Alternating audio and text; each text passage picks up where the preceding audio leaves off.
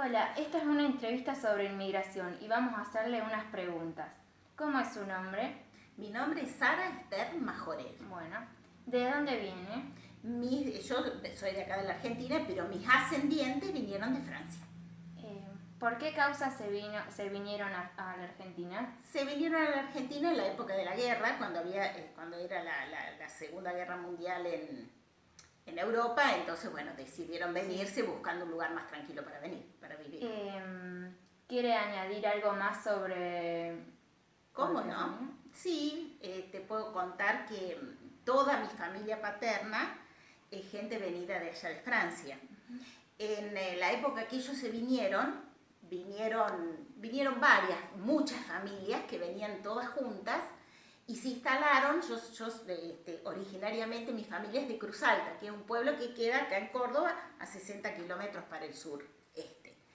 Y en la época en que se vinieron mis abuelos, vino mucha gente de Francia y se instalaron todos juntos en la zona de Cruz Alta. Por eso es una colonia francesa prácticamente, donde hay muchos apellidos franceses: Visser, Reibe, Taliades, Majorel, Leino, Tullier. Son toda gente que vino de aquel lugar. Cuando la gente venía de Europa, escapando de la guerra, escapando del hambre, iban formando colonias en distintos lugares y venían los parientes, los conocidos, la gente que era de la misma zona. Por ejemplo, acá, Marcos Juárez es una colonia piamontesa, italianos piamonteses, que son todos más o menos del norte de Italia. Bueno, Cruz Alta es una colonia de franceses que vinieron de la zona de la Savoie, que es una provincia francesa que queda cerca de Italia y cerca de Suiza. Se instalaron ahí en Cruz Alta y empezaron a hacer su vida ahí. Una vez que llegaba un grupo, cuando iban las cartas y todo, avisaban: pueden venir, es un lugar tranquilo, se vive bien, pueden hacer un futuro. Entonces venían y se instalaban cercanos a donde estaban. Y después se casaban entre ellos, entonces vos terminabas teniendo como una pequeña ciudad europea en un lugar de la Argentina. Claro. Era un poco así. Ahora, bueno, mi abuela vino de allá. Ella tenía 8 años, era chiquita cuando vinieron, y siempre estuvo muy, digamos, ella quería mucho la Argentina, pero como todos los inmigrantes tenían ese recuerdo de su patria. De hecho, ella hablaba en francés. Sí. Y fíjate qué curiosidad, mi abuela murió a los 104 años, hace poquito, vivió mucho tiempo. Y estuvo enferma los últimos 10, 12 años, que no nos reconocía y nada. Y se había olvidado de hablar en castellano y hablaba solamente francés. Se ve que cuando su cabecita no empezó a funcionar del todo bien, volvió a su niñez, volvió a sus orígenes y ella hablaba en francés. Así que bueno, tengo un lindo recuerdo de ellos. Yo aprendí a hablar francés con ella también, porque le gustaba que toda la familia tuviera un recuerdo de eso. Una vez viajé cuando yo cumplí los 20 años, ella de regalo me llevó a Francia junto con ella, a conocer a todos los parientes. De hecho, allá habían quedado muchos primos. Toda la familia. Toda la familia que no se vino estaba allá, que nos recibieron con mucha alegría. Y bueno, es lindo conocer a veces las raíces de uno, poder viajar y verlos allá en su pueblo. Así que bueno, es muy lindo, y yo creo que nosotros podemos honrar a nuestra gente que se vino buscando un futuro mejor, haciendo de la Argentina el gran país que nos merece. Claro. Bueno, ¿cuántos minutos más pasaron? 4. ¿Tienes alguna anécdota más que te contó tu abuela? Y la verdad que sí, ella recordaba mucho de aquellas épocas, porque lógicamente que la gente que vino tiene una nostalgia de lo perdido. Y es un recuerdo muy, muy fuerte para una nena de 8 años haberse venido en barco con sus padres, haber dejado todo allá, esa sensación de no saber a dónde ir. Y ella, por ejemplo, contaba que lógicamente cuando ella vino ya habían otros franceses que habían venido antes, y lo que a ellos les contaban es, pensá que la zona donde ellos vivían en Francia es la zona de los Alpes, es como si vos vivieras en San Martín de los Andes, o sea que es toda zona nevada, montañosa. Le decía, el lugar, ustedes no se imaginan, es como una planicie, no hay nada, no hay árboles, no hay nada.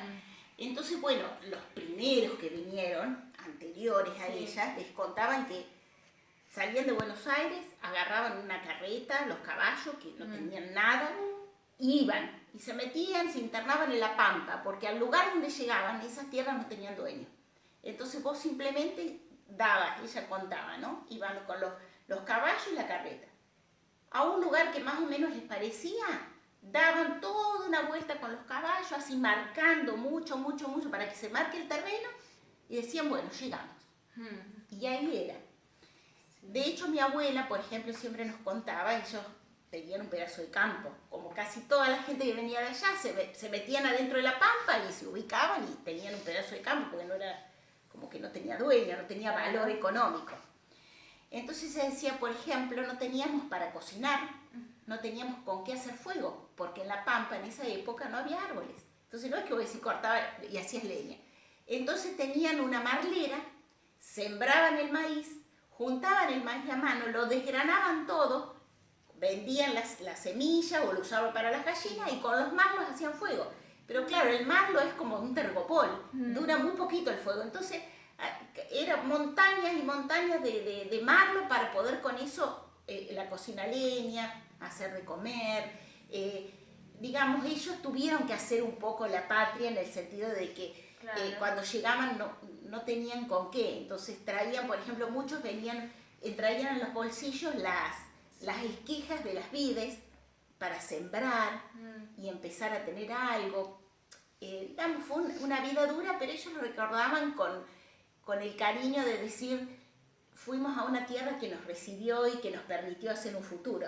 Sí. Después también contaban las anécdotas de los primeros que venían, que hacían los aljibes para poder sacar el agua para tomar. Tenían que hacer el pozo, pues tampoco había de dónde sacar agua, el aljibe.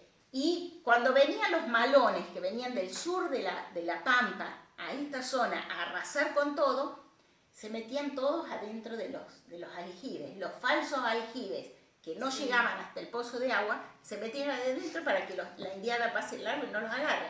O sea, todas esas anécdotas que tenían que ver con armar un futuro de la nada, en una zona en que no había árboles, no había casas, no había gente.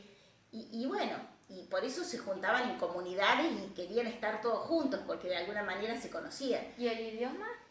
Y el idioma se iban acostumbrando. Yo lo que sí veo que tanto mi abuela como la gente que vino siempre tenían esa tonada de que vos te dabas cuenta que no eran de acá. Sí. Tenían una tonada muy extranjera y entre ellos hablaban su idioma original. De hecho, bueno, la zona donde ella vivía se hablaba un francés que se llama patois, que es como un dialecto, es como si fuera acá en Córdoba, que tiene una tonada especial. Y ellos hablaban en patois entre ellos. La alegría de encontrarse. Después, por ejemplo, cuando la fiesta de la independencia, cantaban la marsellesa, izaban la bandera francesa, todas esas pequeñas tradiciones que los hacían sentir un poquito más en su casa. Claro. Bueno, muchas gracias por contarnos esta anécdota. Bueno, fue un gusto recordar todas estas cuestiones del pasado. Sí. ¿Y ella cuando vino de qué trabajó? Y ella cuando vino trabajaba en el campo.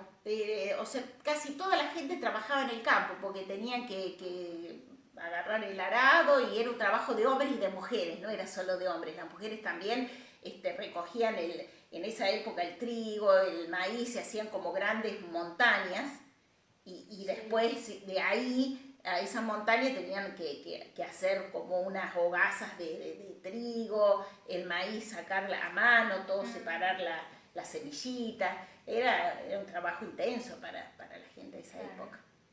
Sí. ¿Y los barcos? Y bueno, ellos viajaron en el barco. Mi abuela no tiene un buen recuerdo, no tenía un buen recuerdo del barco, porque eran 3 meses arriba del barco. 3 meses. Claro. Sí, los capitanes eran... La gente media amontonada, la gente viajaba como podía, en los camarotes estaban atestados de gente.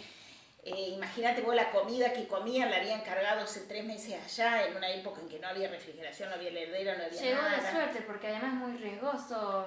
Muy riesgoso. También ella se acordaba, por ejemplo, que cuando moría alguna persona por algo que en el barco, para que no se contagien todos, lo tiraban al mar. De hecho, ella le tocó presenciar de a una persona que murió en el barco y la tuvieron que tirar al mar. Es triste. Era gente más dura porque le habían pasado muchas cosas difíciles en su vida. Y por otro lado, pues llegaban y no llegaban a ningún lado, porque está bien, dejaban el barco, paraban en el puerto de Buenos Aires. Sí, ¿para dónde?